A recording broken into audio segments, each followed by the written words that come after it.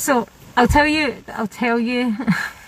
right, so the thing is, I understand, especially when it comes to Muslim women, I understand what it's like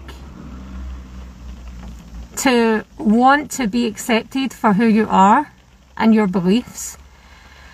And I understand that internal frustration of not being accepted and not just being taken for who you are. And I understand that because I've experienced it firsthand. We all do to some level. You look Muslim or look different.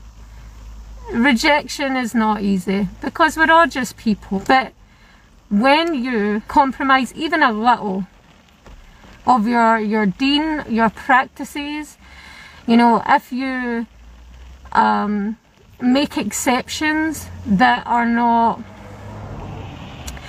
sins, you know, you're not breaking stereotypes by doing that. Like, I had a situation where I saw a Muslim basically do something that was technically un-Islamic. They also shared it publicly, almost tried to use it as a way to break stereotypes or say, you know, hey, I'm not extreme, I'm just like you, I like these things and I can go to these places. And it's just like, no, and that's not the way to build bridges. Oh, I'm all for breaking stereotypes, I really am, but only if they're upon the truth. You know, we're out here to break the false narratives of Islam. We're not here to make it palatable. That's not the same thing, and you're not helping us by doing that. I think probably for a lot of people who fall into this, I think they have good intentions. I don't think it's done purely out of desire. There's a lack of thinking or remembrance that goes on before they make these choices. We should actively try to think about Allah before any choice that we make. And there's a reason for that, because we are humans, we can make mistakes, you know, but if we try to have that constant state of remembrance, then that will help us make more choices than bad choices, you know. We don't make the religion palatable. It's not the right road to go down, because you will never be able to make it palatable enough, and that's not our job.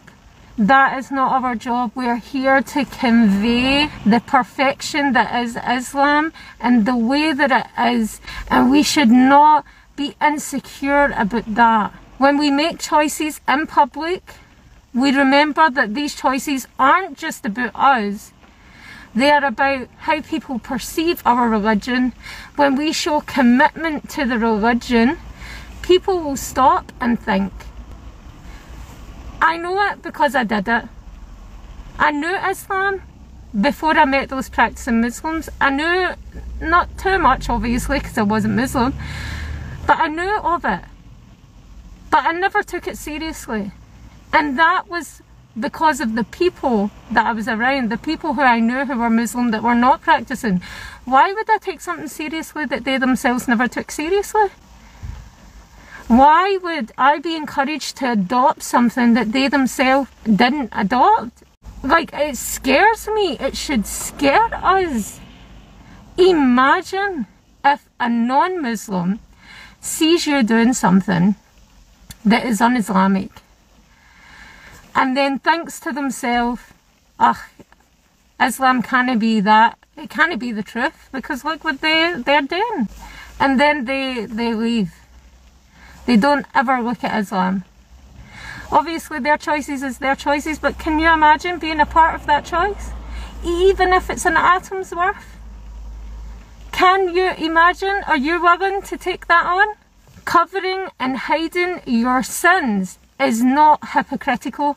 It is a duty. I'm upset. Like, I could cry. I've just had an auntie that's had a stroke.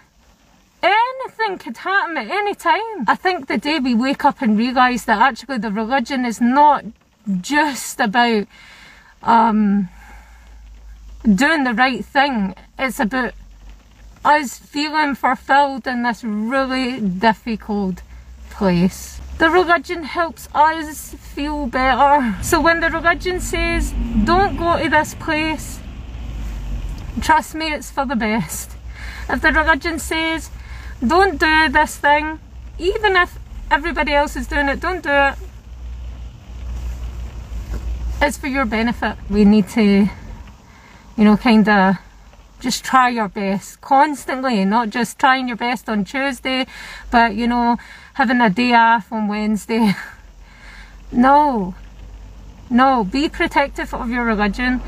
You know, sacrifice for the sake of the image of Islam. I said it's not easy when all you want people to do is accept you for who you are, but understand there's a difference between wanting people to like you than needing people to like you. Allah tells us if you let something go for the sake of Him, He'll give you better.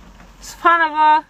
These are not easy things to do, but alhamdulillah, when it comes to Allah, we do whatever we can to try and stay on that right path for our sanity, for our, you know, mental and physical and spiritual health, and the physical and spiritual and mental health of our kids. When people compromise their Islam and when they compromise it in public, they don't realise that they make life difficult for their brothers and sisters in Islam. It is part of the problem. If we're all united and together and we're all sticking to the deen in the way that we should, then there's consistency, there's stability, there's structure, and there's consistency in the image of Islam.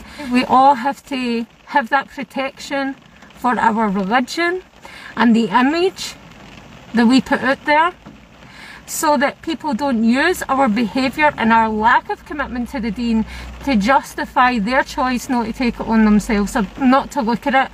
Anyway, I need to stop my rant because Maghrib's coming, so I need to go pray. But yeah, may Allah protect us from straying. May Allah increase our awareness of our behaviour in public, increase us in knowledge and good characteristics. Ameen. And yeah, may Allah protect the Ummah. Assalamu alaikum wa rahmatullahi wa barakatuh.